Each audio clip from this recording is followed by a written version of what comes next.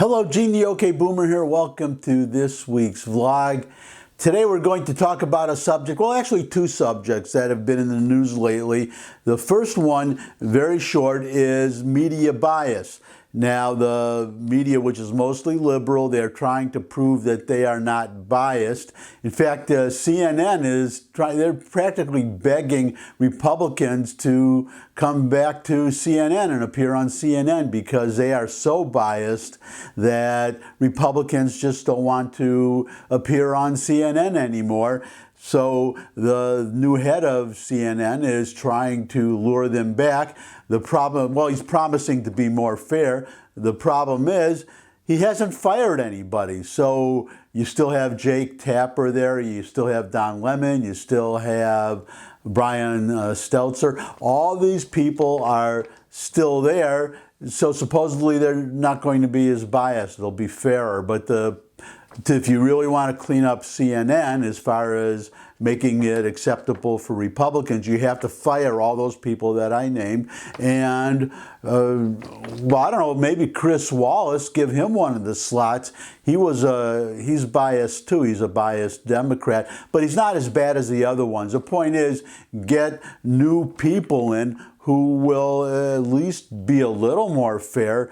But if they're just going to keep the same old people, it's not going to do anything. But what I was getting at was the way they're justifying or claiming to be more objective or fairer is they're saying, well, we're talking about Biden's age. We're questioning whether Biden is too old to be president. So we're showing that we're willing to say negative things about Democrats. Well, first of all, let's be honest here. If Biden had a higher approval rating, they wouldn't be saying that. They're just trying to get him out the door. This could be a whole other vlog. Maybe it will be. They're just trying to get rid of Biden. They definitely don't want him. They don't want him to run again. So that's why they're not propping him up anymore, and that's why they're even criticizing him. But not really. They're not really going far enough, and they're still not being objective. I mean, I could do a whole vlog on how they're not covering the border, the crisis on the border.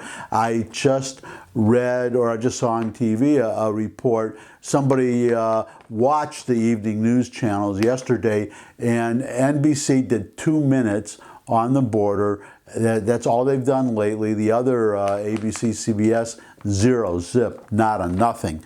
But this idea that they're being fair by questioning Biden's age, well, first of all, as you notice from the title, he is not too old. Biden is not too old to be president, and my evidence is some pictures here. So first we see Mick Jagger performing recently. The Stones are on tour right now. Maybe they finished their tour, I'm not sure. But you can go on YouTube and you can see any number of videos of Mick Jagger performing, and you can see he's vigorous.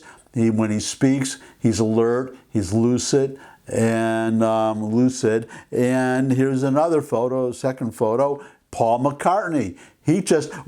Getting back to Jagger, he just celebrated his 79th birthday. That's my point. And McCartney, you see here, he just celebrated very recently his 80th birthday. But you see, he's on stage, he's performing. If you see any interviews with him, he has all his wits about him. Brain function is fine. And finally, there's this guy. I'm sure you know him, Donald Trump. He's, I believe he just turned 78, and you can see him on the golf course. This is a shot from playing golf, and you can see that he's not 25, but he's vigorous. I've read, I saw an interview with somebody who played golf with him and said he's got a pretty good drive. I don't remember how many yards, but he's obviously vigorous. You watch any of his rallies, you can see that he can speak extemporaneously almost. I mean, he's got the teleprompter, but not like Biden, who is a slave to his teleprompter, and he has to read every little thing. In fact, if it says end of quote, he'll read end of quote. But you'll see Trump, he departs from his teleprompter all the time, and then he's able to get right back on track. But he can speak extemporaneously for, I don't know, a couple hours. I'm sure he could go longer. In other words, none of these people are too old. Well, you may not want Mick Jagger or Paul McCartney to be president, though I could see, well, they're not citizens, so they can't be president. But if I had a choice between them and Biden, I don't know. I don't know what I would do. I definitely know my choice between Trump and Biden. But you can see they're young and vigorous, so it's not Biden's age. It's not the age, stupid. It's the dementia. It's the dementia. His mind is going. There's some people, they get that old and their mind starts to go. They lose their, they have Alzheimer's or dementia, and they just cannot function anymore. Certainly not as a leader of the free world. I mean, give me a break. Everybody can see it now, but they don't talk about it. In fact, Joe Biden, well, as you probably know, he's isolated again. He had COVID, then he recovered, now he has it again. But something unusual about him is that whenever there's been some kind of a medical scare or problem with a former president, the president's doctor comes out and makes a statement and takes questions. That hasn't happened with Joe Biden. With his name is O'Connor, his Dr. O'Connor. He has not come out and spoken publicly and taken questions. It's some other medical person who comes out and makes these short announcements, and that's it. And I think it's because they'll get questions about his mental capacity. Why hasn't he taken for instance, the Montreal Cognitive Assessment Test? He would be asked questions about that. The point is that a doctor cannot lie, or he's not supposed to. He would have to give an honest assessment of Biden's mental capacity and his general overall condition, neither of which are very good. You can see how he shuffles around and how he'll be walking one way, he'll wander off a paved sidewalk, and he'll have to be directed to the correct direction.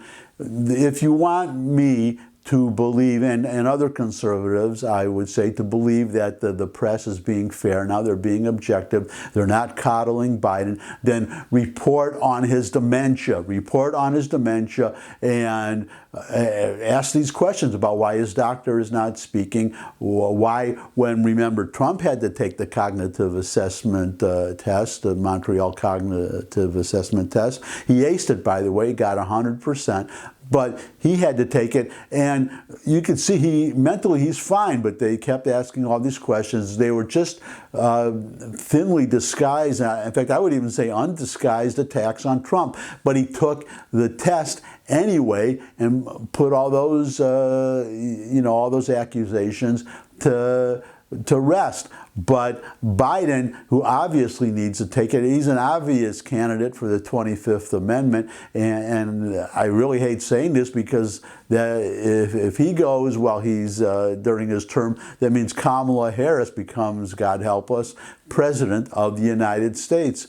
But until the press asks the obvious questions about Joe Biden's condition, especially his mental conditions, sorry, if you're a conservative Republican listening to this, and definitely this goes for me, I don't expect to be invited on CNN anytime soon, but I would just not talk to these people at all. In fact, when Trump takes office, I wouldn't fault him at all if he didn't hold a press conference. But definitely, last time I read, 82% of the reporters in the press room for these press briefings, they're liberals. They've actually contributed to the Democratic Party and Democratic candidates. So at least expand the seating if you have to, and invite enough conservatives so that you have an equal balance. In fact, I would even say give them a taste of their own medicine and make the room overwhelmingly conservative. That would be even better. So that's it for this week. Thanks as always for stopping by. I appreciate the time that you spend with me. If you have any questions, comments, suggestions for future topics, put them in the comment section below the video. Share this video with anyone you think would like it. If you could subscribe, I love getting new subscribers, but most of all, come back and see me again. I would love to see all of you again. I look forward to seeing all of you again. And until I do see all of you again, bye.